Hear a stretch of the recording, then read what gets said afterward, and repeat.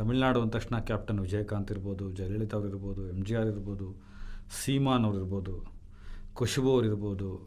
ನಾವೆಲ್ಲ December 31ಕ್ಕೆ party ಮಾಡ್ತೀವಿ, year end party ಅಂತ.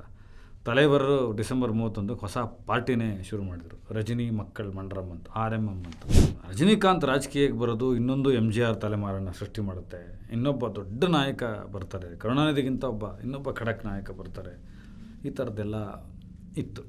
ಒಂದಷ್ಟು ಜನ ಬಾಬಾ ಸಿನಿಮಾ ಥರ ನೀವು ರಾಜಕಾರಣಕ್ಕೆ ಬರಬೇಕು, ಜನರ ನಾಯಕತ್ವ ತಗೋಬೇಕು ಅಂತ ಹೇಳಿದ್ರು. ಇನ್ನೊಂದಷ್ಟು ಜನ ಇಲ್ಲ, ನಿಮಗೆ ಯಾಕೆ ಇದು, ನೀವು ಸ್ಪಿರಿಚುವಲಿ ಇದ್ದೀರಾ, ಅಧ್ಯಾತ್ಮದಲ್ಲಿದ್ದೀರಾ, ಸಿನಿಮಾದಲ್ಲಿದ್ದೀರಾ, ಅಲ್ಲಿರಿ ಅಂತ ಹೇಳಿದ್ರು. ಕಮಲಾಸನ್, ರಜನಿಕಾಂತ್ ಅವರೆಲ್ಲ ತುಂಬ ಹೆಸರುವಾಸಿ ಅದಕ್ಕೆ. ಆ ಮೇಕಪ್ಪಲ್ಲಿ ತುಂಬ ದೊಡ್ಡ ದೊಡ್ಡ ಅವತಾರಗಳನ್ನು ಎತ್ತಿದ್ದಾರೆ. ಅದರಲ್ಲಿ ಅಷ್ಟು ದುಡ್ಡು ನನ್ನ ಕೈಯಲ್ಲಿ ಖರ್ಚು ಮಾಡೋಕ್ಕಾಗಲ್ಲ, ಅಷ್ಟು ಆರೋಗ್ಯ ಖರ್ಚು ಮಾಡೋಕ್ಕಾಗಲ್ಲ, ಅಷ್ಟು ಸಮಯ ಖರ್ಚು ಮಾಡೋಕ್ಕಾಗಲ್ಲ.